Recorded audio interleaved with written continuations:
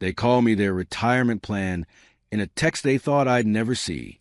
I never thought the sound of a diesel engine on a bulldozer would become the sweetest symphony I'd ever hear. But sometimes, to build a new life, you have to tear down the old one right down to the last brick. Let me back up. My name is David, and for 42 years I've been what people call salt of the earth. I'm a construction guy.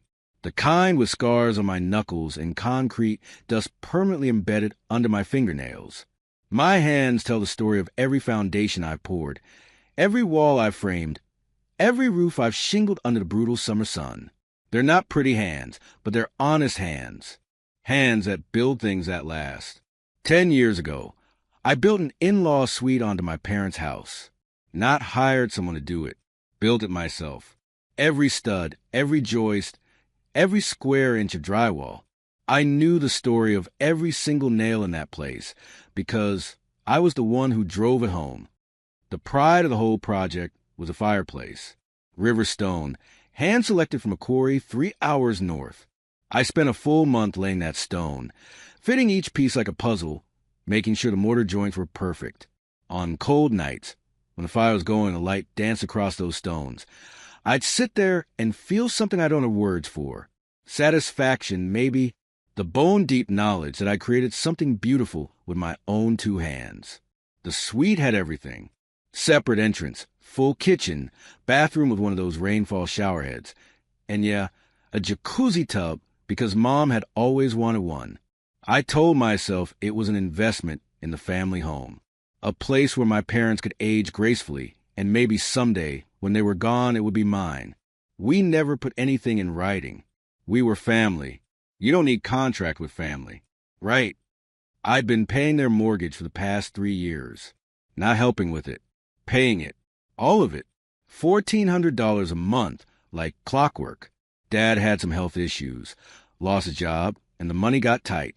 I stepped up because that's what you do. You take care of your own. I was single, no kids, pulling decent money for my contracting work. I could handle it. And besides, I lived there rent-free in the suite I built. Seemed fair. Seemed like everyone was winning. I should have known better.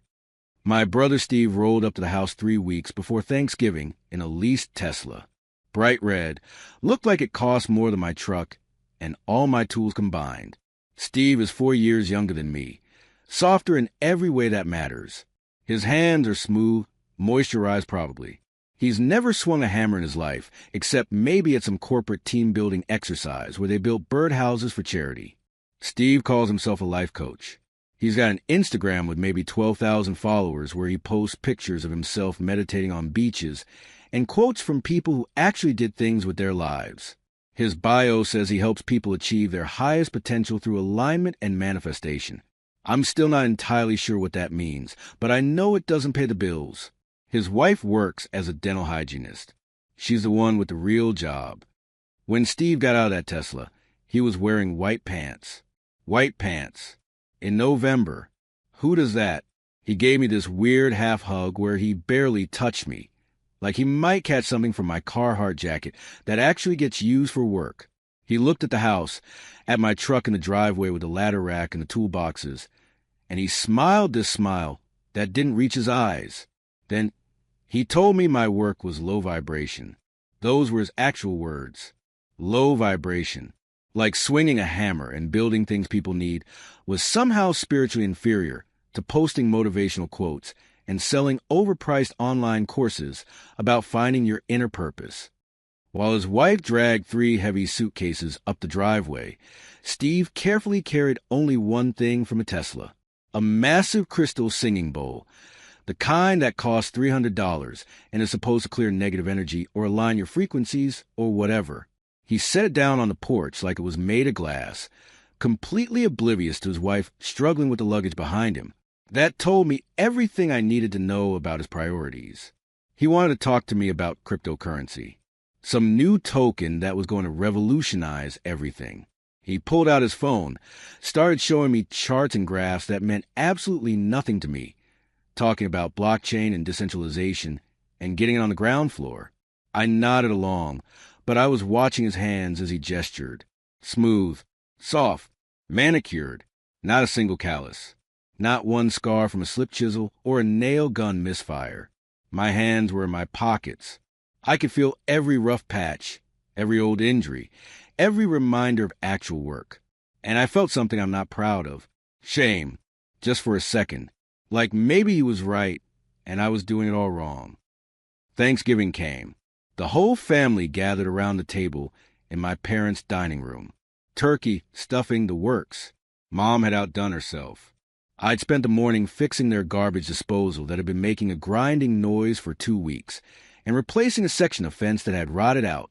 You know, low vibration stuff. We sat down to eat, and Dad said grace. Thank God for family, for health, for abundance. I bowed my head and felt grateful. These were my people. This was my home. Everything I'd worked for was right here in this room. Then Steve cleared his throat. He had an announcement. He looked at his wife, at their daughter who was picking at her sweet potatoes, and then at my parents. He said the universe had been sending him signs. Strong signs. He needed to get back to his roots, reconnect with family, rebuild his foundation.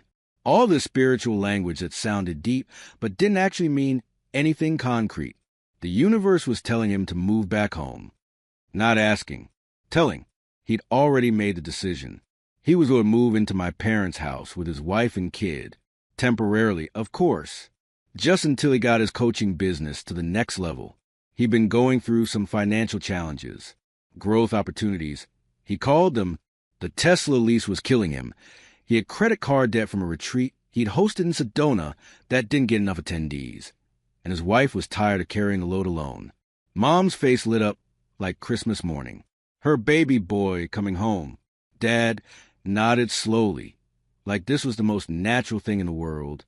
I sat there with a forkful of turkey halfway to my mouth, waiting for someone to ask me what I thought about this.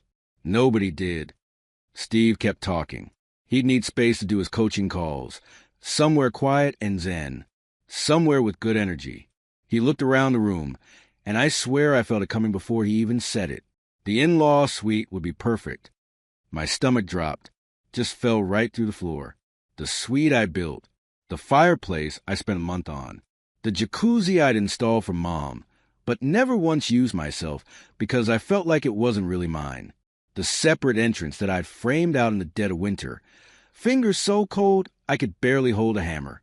I waited for someone to laugh, to tell Steve that was ridiculous, to remind him that I lived there, that I'd built it, that I was paying the mortgage on this entire house. Dad spoke first.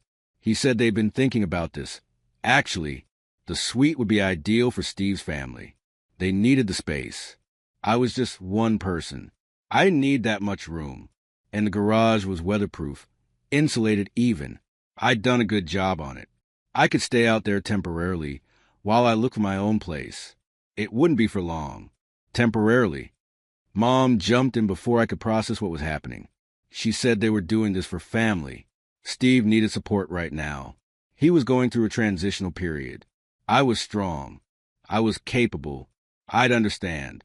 The suite had a separate entrance in that jacuzzi, and Steve really needed it for chakra restoration. She actually said chakra restoration with a straight face. I tried to argue. I reminded them about the mortgage payments, about the work I'd done on the house, about the fact that I'd built that suite with my own hands, that every board and nail and stone had my sweat in it. I looked straight at Dad. My voice came out tighter than I wanted. Dad, I pay the mortgage on this house. $1,400 a month. Every month for 3 years. The table went silent. Forks stopped moving. Dad set his down carefully, like he was handling something fragile. Then he looked at me with that expression, the one I remember from childhood when I disappointed him, when I got AC in math, when I quit baseball. That look that made me feel about 3 feet tall. David, he said, and his voice had dropped into that low, measured tone that was somehow worse than yelling. We fed you for 18 years, put clothes on your back, drove you to school, paid for your braces. Did we ever send you an invoice for that? Did your mother ever hand you a bill for the diapers or the sleepless nights? He let that hang there. Don't make this about money, he continued. Don't make this transactional. That's not who we raised you to be. Your brother needs help. Family helps family. I thought we taught you that. The shame hit me like a punch to the gut. It always did. That tone, that disappointment, it shut my mouth better than duct tape ever could. Because he was right, wasn't he?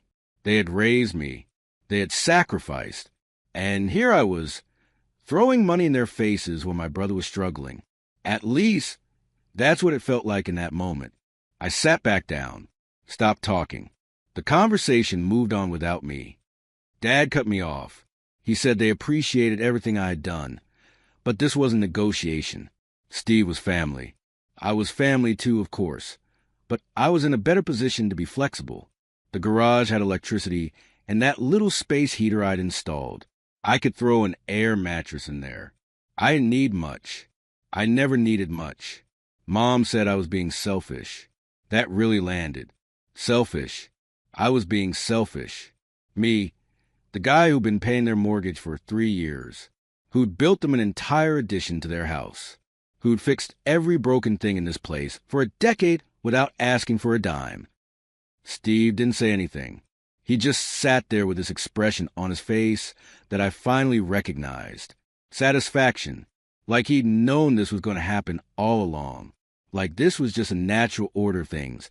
The universe providing for him the way it always did. His wife looked uncomfortable. At least she had the decency for that. But she didn't speak up either. Nobody was speaking up for me. I looked around that table and realized I was completely alone. The conversation moved on. Mom asked about what dishes needed to be washed. Dad turned on the TV for football, and Steve started talking about what color he wanted to paint the suite. Something calming. Maybe a sage green. Good for meditation. I stood up from the table and walked outside. Nobody followed me. I stood in the driveway for a long time, looking at that suite. The roof I'd shingled. The windows I'd installed. The siding I'd chosen because it would match the main house perfectly. From the outside, you couldn't even tell where the original structure ended and my addition began. I'd made it seamless. A perfect extension of their home. And now it wasn't mine anymore. Maybe it never was. That night, I moved my stuff to the garage. Not all of it. Most of my things stayed in boxes because there wasn't room. The garage was fine for storing tools and equipment. It was not fine for a human being to live in, but I made it work. Air mattress on the concrete floor. My clothes in garbage bags. The space heater running constantly because November nights get cold and concrete holds that cold like a grudge. I lay there in the dark, listening to the wind rattle the garage door. I could see my breath in the air. The space heater was struggling. My tools were stacked against the wall. DeWalt miter saw, Makita impact driver, Milwaukee drill set, table saw, nail guns, levels, squares. Every tool I'd ever saved up for, bought with money from jobs where I'd worked until my back screamed and my hands bled. Tools that had built decks and additions and entire houses. Tools that had built that suite that I was no longer allowed to sleep in. I looked at those tools for a long time. And that's when it hit me. Really hit me. I wasn't their son. Not in any way that mattered. I was infrastructure. I was the foundation they built their lives on. I was a load-bearing wall that held everything up while staying hidden behind the drywall. Invisible. Taken for granted. Essential but unappreciated. They'd hang Steve's picture on that wall. They'd celebrate him, support him, make space for him. And I'd just keep holding everything up from behind the scenes until I cracked. Load-bearing walls are funny things. You can't see them once the house is finished. They don't get the credit. But remove one, and the whole structure comes down. I stare at the ceiling of that garage, at the insulation I'd stapled up there myself, and I understood something I'd been too stubborn or too loyal or too stupid to see before. They didn't need me to be their son. They needed me to be their tool. The space heater clicked off. The cold rushed in. I pulled the sleeping bag tighter around myself, but sleep wasn't coming. I sat up. The garage was darker now, just a faint orange glow from the streetlight filtering through the window. My tools were lined up against the wall like soldiers, waiting. I reached over and grabbed my 4-pound drilling hammer from the pile. Heavy thing, solid steel head, fiberglass handle, the kind of tool you use for breaking concrete, driving stakes, demolition work. I'd use it to knock down walls, bust up old foundations, tear things down to studs. I ran my thumb over the steel head. Cold, unforgiving, honest in a way people never are. This hammer didn't care about chakras or cosmic energy or any of that spiritual nonsense. It only understood force and impact, physics, reality. It was designed for one purpose: to break things. I weighed it in my hand. For pounds doesn't sound like much until you're holding it at midnight in a freezing garage, realizing that everything you built your life around was constructed on a foundation of sand. I set it down right next to the air mattress, close enough to reach, just in case. I didn't know what just in case meant yet, but having it there made me feel less helpless, less like infrastructure and more like something with a potential for action. I lay back down and closed my eyes. Tomorrow I'd go to work. I'd frame out someone else's addition or pour someone else's foundation. I'd come home to this garage that smelled like motor oil and damp concrete. I'd probably see Steve through the window of the suite I built, sitting in front of that river stone fireplace, warm and comfortable in the space I created. And I'd start to realize that sometimes the strongest thing you can build is a wall between yourself and the people who only see you as mortar. A week in that garage taught me things about myself I wish I didn't know. I learned that the human body can adapt to damn near anything if you give it no choice. The concrete floor stopped feeling quite so hard after the third night. The cold became something I just wore, like an extra layer of clothing. The smell of motor oil and old paint mixed with the scent of my own unwashed body until I couldn't tell where the garage ended and I began. I kept my routine. Up at 5:30. Instant coffee heated on a camping stove I dug out of storage. Brushed my teeth with water from a jug because I wasn't about to walk into that house and risk running into Steve in his meditation robe or whatever he wore now. Out the door by 6 to whatever job site needed me that day. The work was good, mindless, physical. I could pour concrete or frame walls and not think about the fact that my entire life had been reduced to 150 square feet of garage space that smelled like gasoline and defeat. My stuff was everywhere and nowhere. The things I kept in the suite, the small pieces of my life, had been packed up by someone, not carefully. When I came back from work on the third day, I found cardboard boxes stacked outside the garage door. Books, old photos, my grandfather's pocket watch, a framed picture of me and Dad at a Dodgers game when I was 12. Everything was damp. It had rained the night before, and whoever put the boxes out there hadn't bothered to cover them. The cardboard was soft, disintegrating. Some of my books were ruined. The photo of me and Dad had water damage, the edges curling up. I didn't say anything, just carried the boxes inside, one by one, and stacked them against the wall where they took up space I didn't have. The garage was getting smaller. I was getting smaller, shrinking down to fit the space they decided I was worth. Steve had settled into the suite, like he'd always lived there. I could see the lights on at night, through the window I'd installed. Sometimes I'd hear music, meditation chants, or singing bowls, or whatever sounds you need when you're aligning your chakras. The fireplace glowed warm, the one I built, stone by stone. On day 7, everything changed. I was under my truck, changing the oil, when I heard screaming from the suite. Not danger screaming, frustration screaming. The kind of tantrum a grown man throws when technology doesn't bend to his will immediately. Steve was having a crisis. My mother appeared at the garage door, already talking before I'd even slid out from under the truck. Steve couldn't stream his webinar. The internet was cutting out. He had 50 people waiting on Zoom, and the connection kept dropping. This was a disaster. He was going to lose credibility, lose followers. His reputation was on the line. Could I please come fix it? She said please twice, which almost made me laugh. Please had been absent from her vocabulary for the past week. But now Steve needed something, and suddenly I was worth asking politely.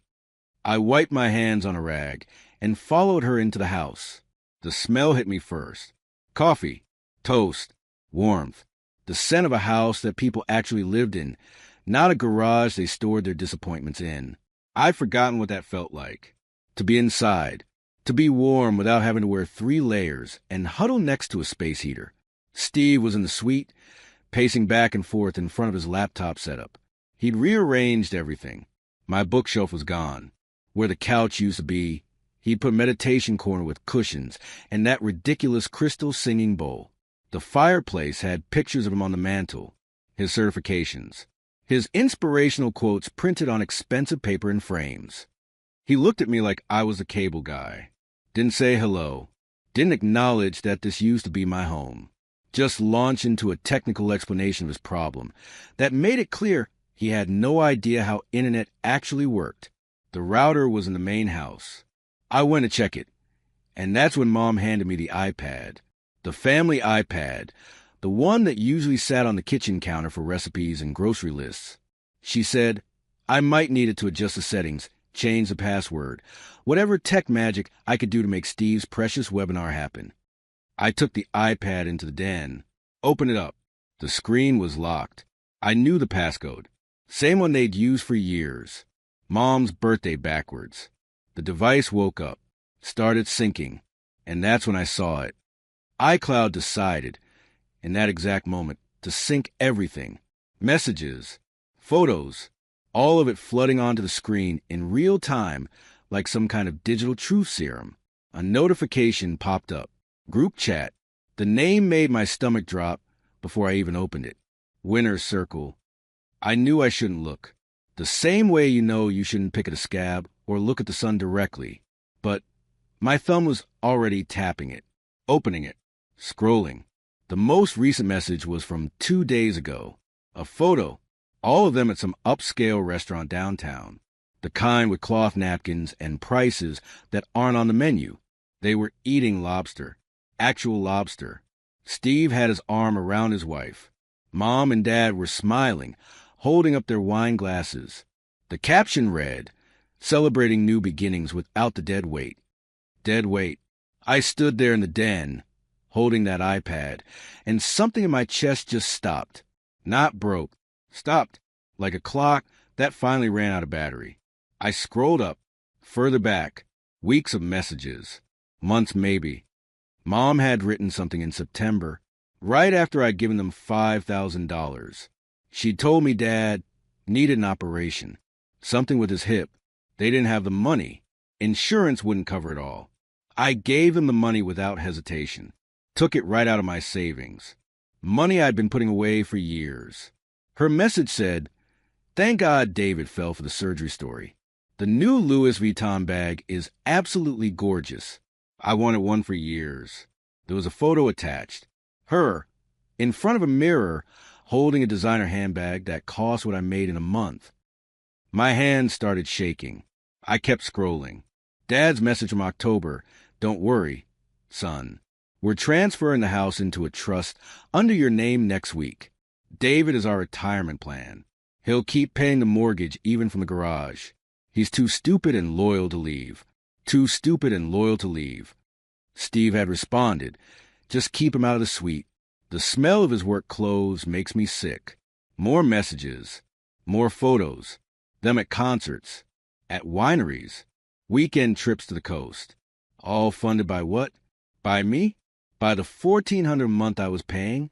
By the $5,000 I'd handed over for an operation that never happened? I don't know how long I stood there.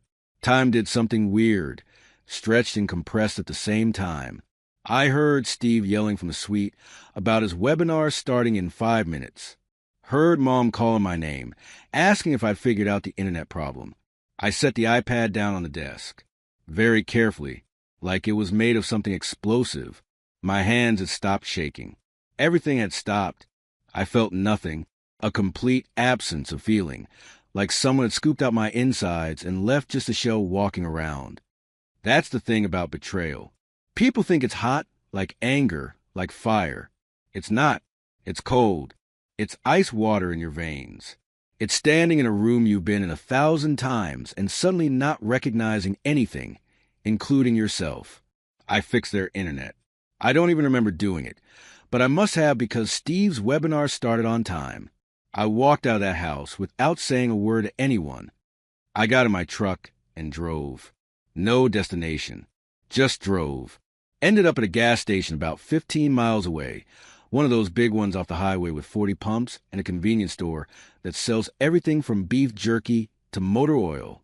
I sat in the parking lot, watched people fill their tanks, go about their normal days, living lives where their families probably didn't refer to them as dead weight in group chats.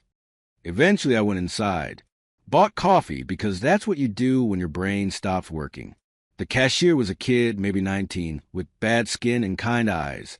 He asked if I was okay. I must have looked rough. I told him I was fine. We both knew it was a lie. The total came to $3.47. I gave him a 5. He handed me back $1.53. 2 quarters and 3 ones. There was a lottery machine by the counter. One of those Powerball things that promises you millions in exchange for your last $2. The jackpot was up to $240 million.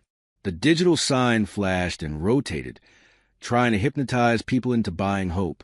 I looked at the $2 in my hand. Sometimes God flips a coin for fools. That's what my grandfather used to say. Not that God cares about fools, but that sometimes the universe has a sense of irony. I bought a ticket. Quick pick. Let the machine choose the numbers because I didn't care enough to choose my own. The cashier handed me the slip of paper, and I shoved it into my jacket pocket without looking at it. The pocket that was still slightly damp from the rain. The jacket that smelled like motor oil and Steve probably thought was disgusting. I sat in my truck until the coffee was gone and the sun was setting. Then I drove back to the garage. That night, I didn't sleep. I lay there on the air mattress, staring at the ceiling, doing math in my head. 3 years of mortgage payments. 1,400 times 36. Over $50,000. Plus the $5,000 for the fake surgery. Plus all the repairs, the materials, the labor I'd never charged them for. They didn't owe me money, though. Money was just money. They owed me something I couldn't get back. They'd taken the person I used to be, the one who believed family was sacred, and they turned him into something I didn't recognize. A retirement plan. Dead weight. I must have fallen asleep at some point, because I woke up to gray morning light filtering through the garage window. It was early, before 6. The house was still quiet. I don't know why I checked a lottery ticket. Maybe because I needed something to do with my hands. Maybe because checking it meant I didn't have to think about that group chat, about the Louis Vuitton bag, about being too stupid and loyal to leave. I pulled the crumpled ticket from my jacket pocket, opened up my phone, went to the lottery website, started checking numbers. First number matched. Okay, that happens sometimes. Second number matched. Third number matched. My hands started shaking again, but different this time. Not from shock or betrayal. From something else. Something that felt like lightning running through my bones. Fourth number. Fifth number. Sixth number. All matched. I checked it again. Then again. Then a fourth time. Went to 3 different lottery websites to make sure they all showed the same winning numbers. They did. Every single one. I sat there on that air mattress in that freezing garage with a piece of paper worth more money than I could process, and I started laughing. Quiet at first, then louder. The kind of laugh that comes from somewhere deep and desperate and a little bit insane. $240 million. Before taxes, sure. But even after taxes, even after the government took their half, I have more money than my entire family would see in 10 lifetimes of lying to each other and stealing from the people dumb enough to love them. God didn't flip a coin for fools. God dropped an anvil on my family's head and handed me the detonator. I didn't tell anyone. That was the first clear thought I had.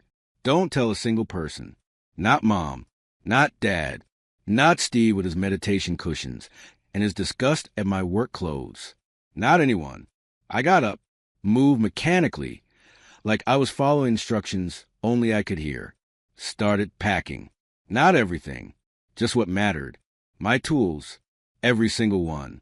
The DeWalt miter saw, the Makita impact driver, the Milwaukee drill set, my grandfather's pocket watch, the photo of me and Dad at the Dodgers game, even though it was water damaged.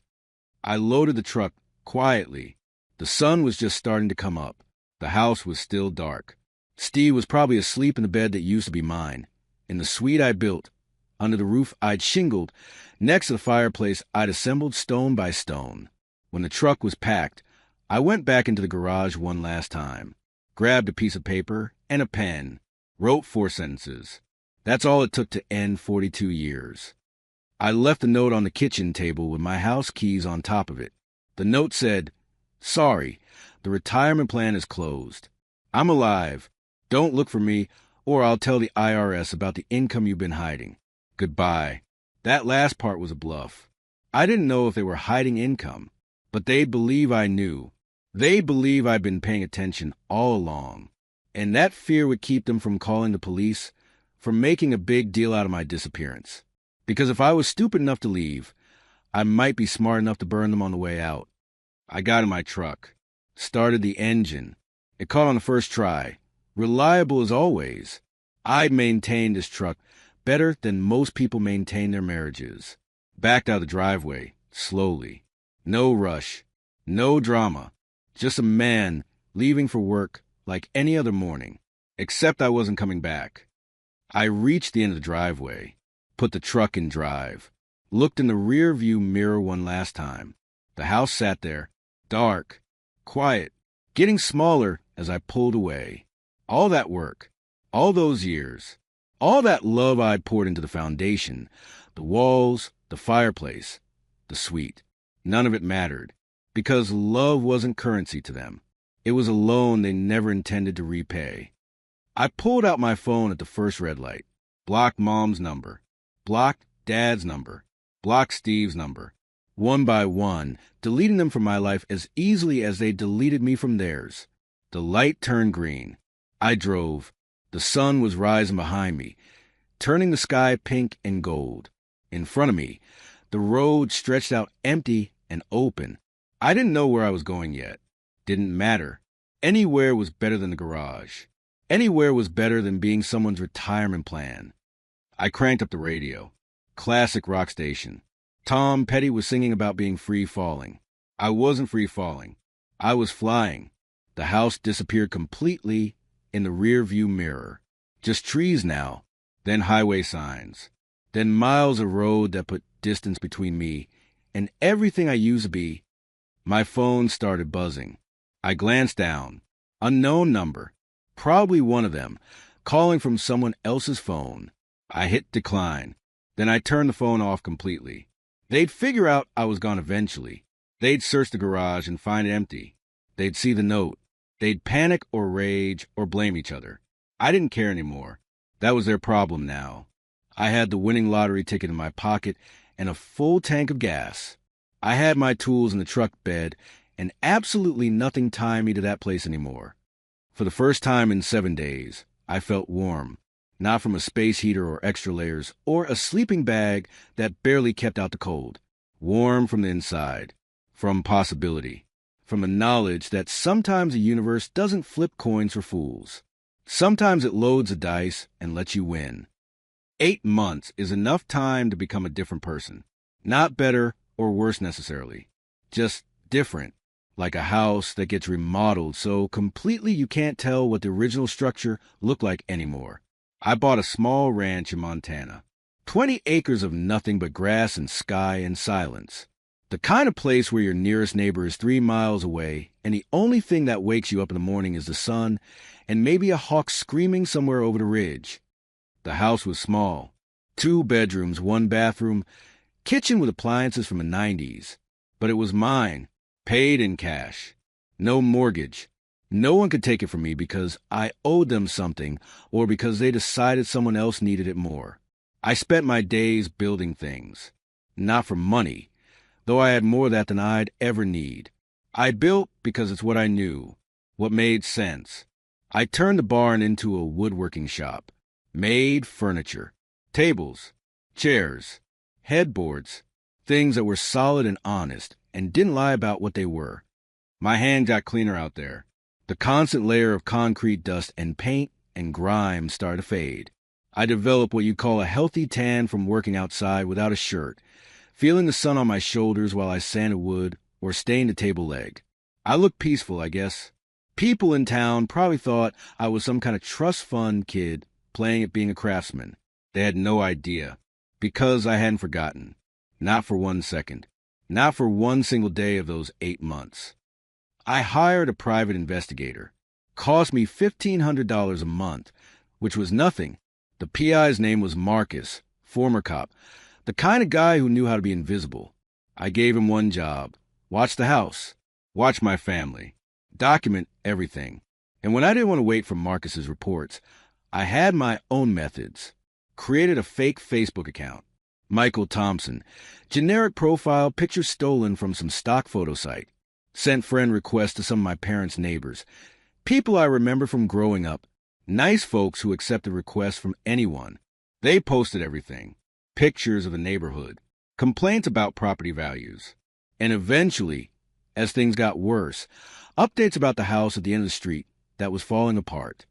The reports came in like chapters of a book I'd already written in my head. Month 1, water heater failed. Flooded the basement. Steve tried to fix it himself with YouTube videos. Made it worse. Had to call an emergency plumber who charged triple because it was a weekend. Month 2, the pool turned green. Algae bloom. So thick it looked like a swamp. Steve hired a pool service, but they were expensive. He canceled after one visit and tried to handle it himself with chemicals from Walmart. Made it worse. The neighbors started complaining about the smell. Month 3, the roof started leaking. Right over Steve's meditation corner in the suite. The suite I'd built. The roof I'd installed with my own hands, using proper underlayment and ice shields and every technique I'd learned from 20 years in construction. But roofs need maintenance, inspections, small repairs before they become big problems. Nobody had been doing that maintenance. Water came through the ceiling and destroyed Steve's sound healing equipment, his crystal bowls, his expensive meditation cushions. Marcus sent me photos. I looked at them over morning coffee and felt absolutely nothing. Month 4, the real crisis started. My parents couldn't make the mortgage payments. Turns out when you lose $1,400 a month in income and you've been living beyond your means for years, the math catches up fast. They tried to refinance. Got rejected. Their credit was terrible. Maxed out cards. Late payments. The kind of financial profile that makes banks laugh you out of the building. Steve had a solution. Of course he did. Steve always had solutions that involved other people's money. He convinced them to take out what's called a hard money loan. Private lenders who charge interest rates that would make a mob boss blush. 15%, 20%, sometimes more. They're designed for house flippers who plan to sell quickly, not for desperate people trying to save a sinking ship. But Steve had a plan. He'd been studying cryptocurrency. He knew a guy. There was this new token that was about to explode. Ground floor opportunity. They could triple their money in a month, pay off the loan, and have cash left over. My parents signed the papers. The crypto crashed 2 weeks later. Not just crashed. Evaporated.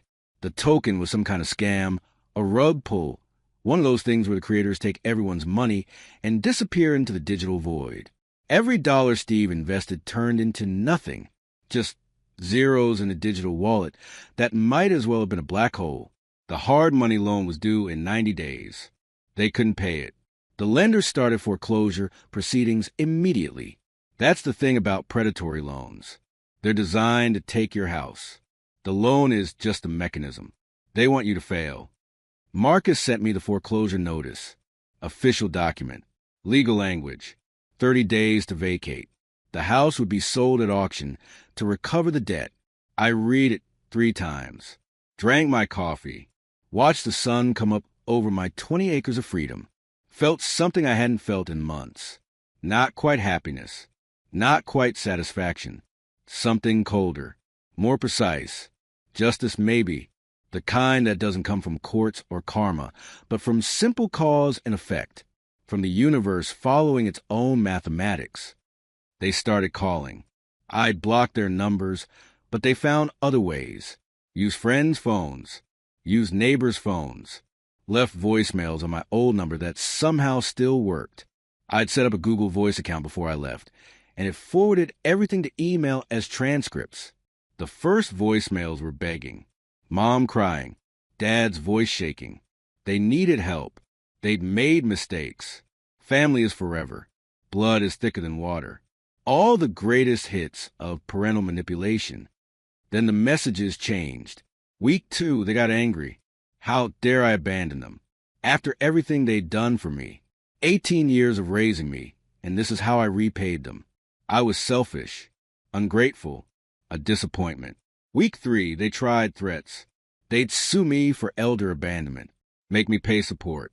They'd tell everyone what kind of person I really was. They'd ruin my reputation. I listened to the transcripts the way some people listen to podcasts. Background noise while I sanded furniture or finished a table. Their desperation became white noise. Static. The house went up for auction. I saw the listing online.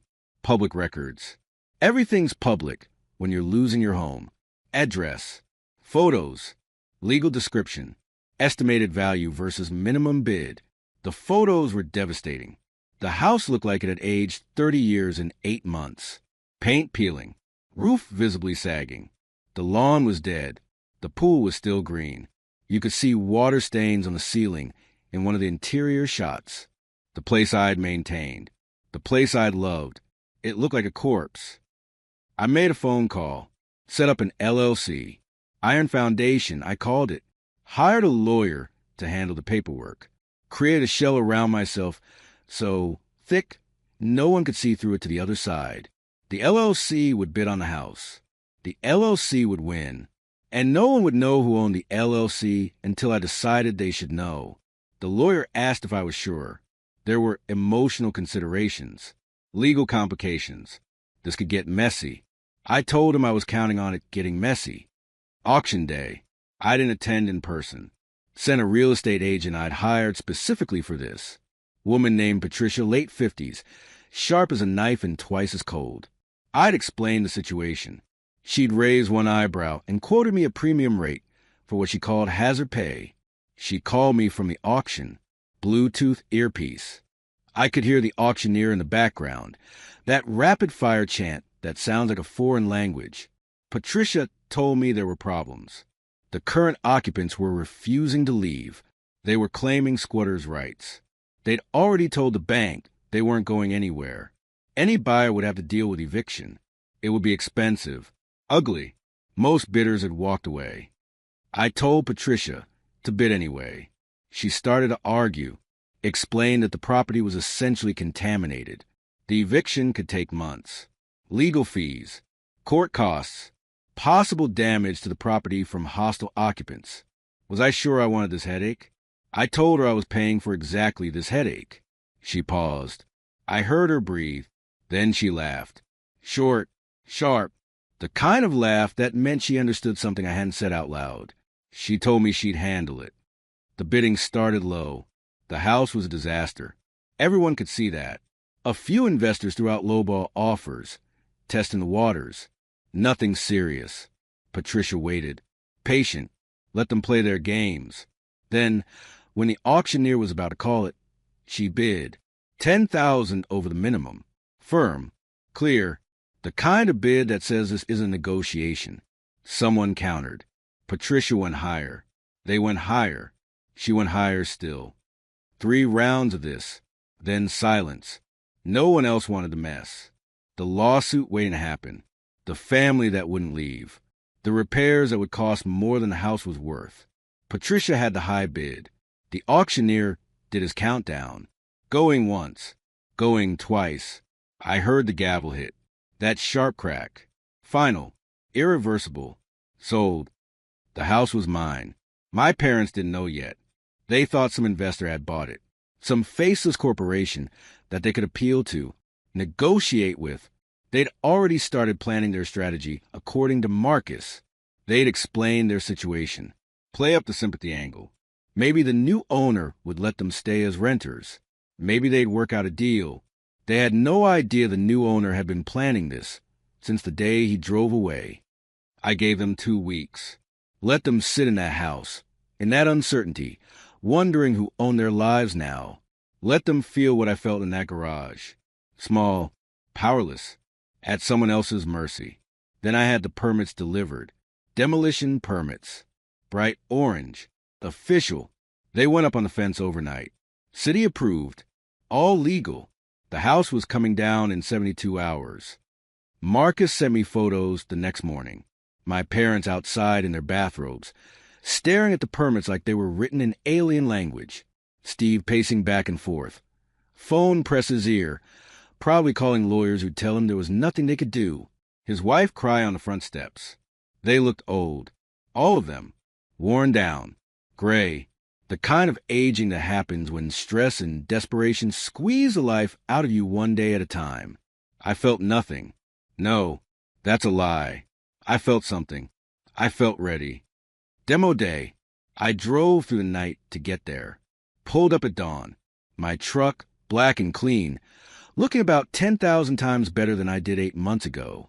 Behind me, a flatbed carrying an excavator. Bright yellow. Diesel engine. The machine that would turn my past into rubble. The sun was just coming up. Perfect lighting. Like a movie. I got out of the truck. They were already outside. Waiting. Hoping. Mom saw me first. Her face did something complicated. Shock. Relief. Joy. Fear. All of it happening at once. She started crying immediately. The ugly kind of crying that shakes your whole body. She ran toward me. Actually ran. Bathrobe flapping. Hair a mess. She looked like she'd aged 20 years. She grabbed my arms, her fingers digging in with desperate strength. Told me she knew I'd come back. Knew I wouldn't abandon them. I was a good son. I was their salvation. I'd bought the house, hadn't I? I'd save them. She knew I would. She knew it. Steve came up behind her. Slower. More cautious. But there was hope in his eyes, too. Arrogance, even. Like this was how it was supposed to go. Like the universe had corrected itself and put me back in my place. The place where I fixed their problems and asked for nothing in return. He told me it was about time. Said they'd been waiting for me to come to my senses. Told me to hand over the keys so they could start moving their stuff back in. They'd packed it all. They were ready. Dad just stood there on the porch. Arms crossed. Watching. He didn't run over. Didn't cry. But I saw it in his face. That same expectation. That same certainty that I'd fold. That I'd be who they needed me to be. The retirement plan. Too stupid and loyal to leave. I didn't say anything at first. Just pulled out my phone. Opened an app. Connected to the truck's sound system via Bluetooth. Then I played it. The audio I'd recorded from that iPad. The group chat. Their voices. Crystal clear. Loud enough for the whole street to hear. The neighbors were already coming out. Watching. Gossip travels fast on streets like this. And a demolition crew at dawn was prime entertainment. Dad's voice came through the speakers first. That message about the trust. About me being their retirement plan. About me being too stupid and loyal to leave. Every word. Every betrayal. Amplified. Then Mom. Talking about the fake surgery. About the Louis Vuitton bag. Laughing about how easy it was. Then Steve. Complaining about the smell of my work clothes. Saying he didn't want me in the suite. Saying I was low vibration. The audio played for 90 seconds. Felt like 90 years. Mom's face went white. Actually white. Like someone had drained all the blood out of her. She stopped crying. Just stopped. Frozen. Steve backed up. Started saying it wasn't like that. It was taken out of context. I didn't understand. He could explain. Dad didn't move. Just stood there. Jaw tight. He knew. He knew exactly what was happening. I turned off the audio. The street was dead quiet. Even the birds had shut up. 20, 30 neighbors standing in driveways and on porches watching. They'd heard everything. Every word. And they'd remember it. This street would be talking about this for years. I looked at my mother. Spoke for the first time since I'd arrived. Told her I didn't come back to let them stay. Told her I came back to finish the job. I told her the house was rotten. The rot went all the way down to the foundation. And the foundation was them. Their lies. Their manipulation. Their willingness to turn their son into a tool they could use and discard. Told them they weren't family anymore. They were squatters. Trespassers in a building I owned. Reached into my truck, pulled out an envelope, $5,000 cash, counted it out in front of them, exactly $5,000, the same amount they'd stolen for a fake surgery and spent on a purse.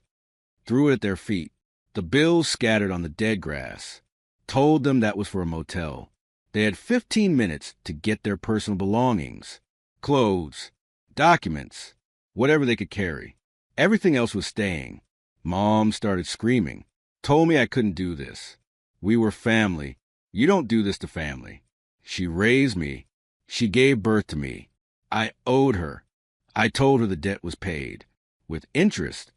Steve tried a different approach. Started talking about forgiveness, about healing, about moving forward. His life coach voice. Calm, centered, absolutely worthless. I told him he had 14 minutes left. Dad finally moved, came down off the porch, walked right up to me, close enough that I could see how much he'd aged, the gray in his hair, the lines around his eyes, the way his hands shook just slightly.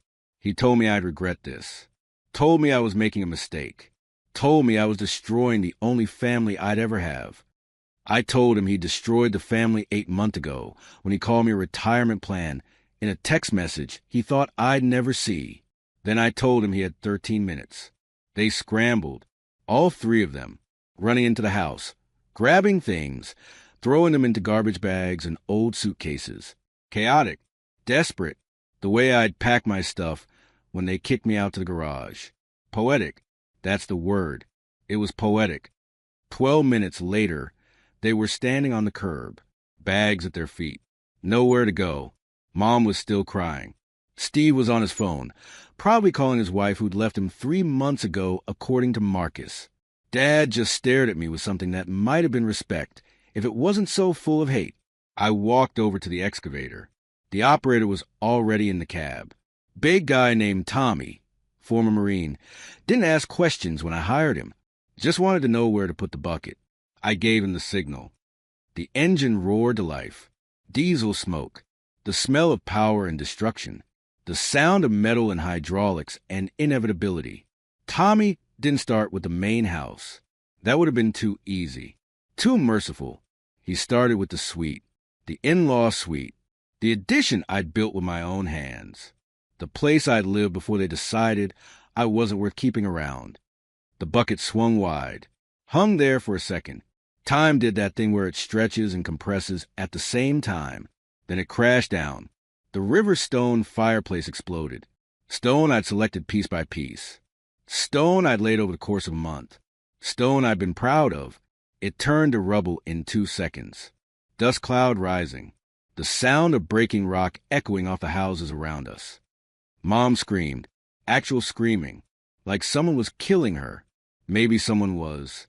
Sometimes you can kill a person without touching them. You just take away everything they thought they owned. Steve was crying now, openly, sitting on the curb with his head in his hands, his meditation corner, his chakra restoration space, his crystal singing bowls, all of it getting crushed into powder. Dad didn't cry, just watched, stone-faced, the house he'd raised his kids in, the house he'd planned to turn into a trust under Steve's name, the retirement plan that was supposed to carry them through their golden years. Coming down, 1 bucket load at a time. The suite came apart like it was made of paper.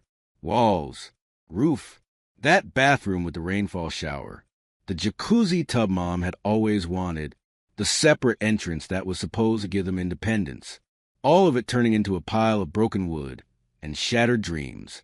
Tommy moved on to the main house. Started with the roof, the one that had leaked on Steve's meditation corner, the one nobody had maintained after I left. It came apart even faster. Water damage had rotted the decking. The structure was compromised. What should have taken hours took minutes. The whole thing just collapsed inward, folded like a house of cards. I watched the place where I grew up disappear. The kitchen where we'd had Thanksgiving dinner, where Dad had used my childhood against me. The living room where we'd watch movies. The bedrooms where I'd slept as a kid before I learned that family could be a weapon. All of it gone. The dust was everywhere. Thick, choking. It covered the street, covered the neighbors' cars, covered my family standing on the curb with their garbage bags. Covered me, too. I could taste it. Concrete and drywall, and the past turned into powder in my lungs. It tasted like freedom. Tommy shut down the excavator. The sudden silence was almost as loud as the destruction had been. My ears rang. The whole street seemed to be holding its breath. I walked back to my truck. Didn't look at my parents. Didn't look at Steve. Didn't need to. They were in my peripheral vision. Small, broken, exactly as irrelevant as they'd made me feel in that garage. I got in the truck, started the engine, looked in the rear-view mirror. Not at them. At the pile of rubble where the house used to be, where my childhood used to be, where I used to think family meant something permanent and unconditional. Some people say you can't burn bridges, that you need to keep every connection alive because you never know when you might need it. Those people are wrong. Sometimes burning bridges is the only way to light your path forward. Sometimes you need to turn everything to ash before you can build something new.